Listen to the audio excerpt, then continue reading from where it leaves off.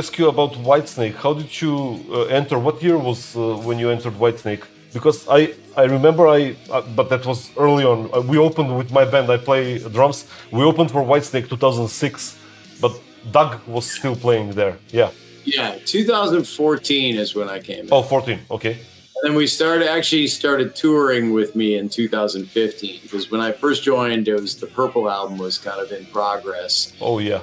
So they had already kind of had the framework for it laid out. Tommy was done with drums, etc. Things like that. So yeah. I kind of came in and did my guitar parts. That was kind of how I joined, and then we set up the touring, and that began in 2015. But you did some recordings for Flesh and Blood, right? For the next album? Yeah. So that Flesh and Blood was something that I was able to do some writing with David on it. And obviously record on the whole record and get that out there. That's a great. I love that album. It's an old school hard rock for me, but with new production. It was like a great mix of those things. Yeah, cool. Thank you. I like that album. I love it. So you're still with Whitesnake, right? I mean, Whitesnake is like on a hiatus, right? Yeah, I mean, it's just, I like to call it a holding pattern because, we're still a band. And, last year I went out and did some work with David on some box set reissue stuff, and we spent some time together, and we're in constant contact. There's still a band thread that he texts us on, and we're in touch, and he and I contact each other here and there. And, he's a great guy. I mean, I have nothing but great things to say about David. Excuse me, man. I'm so sorry. Probably from the flight. But I've had a great time working with David this entire time. He's been nothing but fantastic to me. I've just blown away by it, actually, how cool he's been.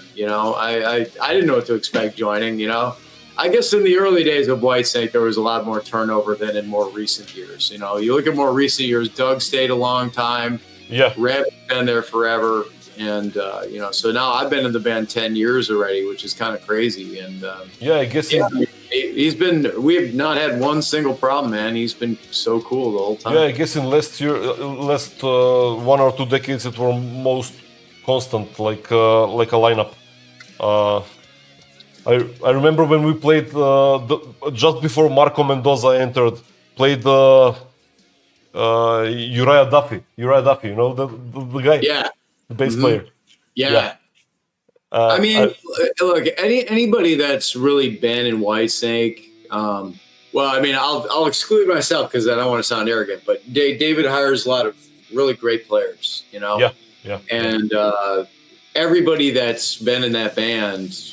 You can't, like, there is no, that guy was terrible or whatever with Whitesnake. David's always hiring great players to be in Whitesnake, and everybody that's in there deserves a lot of respect as far as their playing. There's not one of those guys. I would never want to take any of the guitar players. Sometimes people ask me about that, and it's like, obviously, everybody's going to have their preference, but there's just so many great players that have come in and had their slant and their moment on it, and they all deserve respect. Yeah, it was like for some musicians it was like a how you say jumping or stepping stone, or like something that can make their career after that bigger, for some other players. Yeah, I mean, I think that's something that David has enjoyed with having members in, is kind of he's really amazing that way.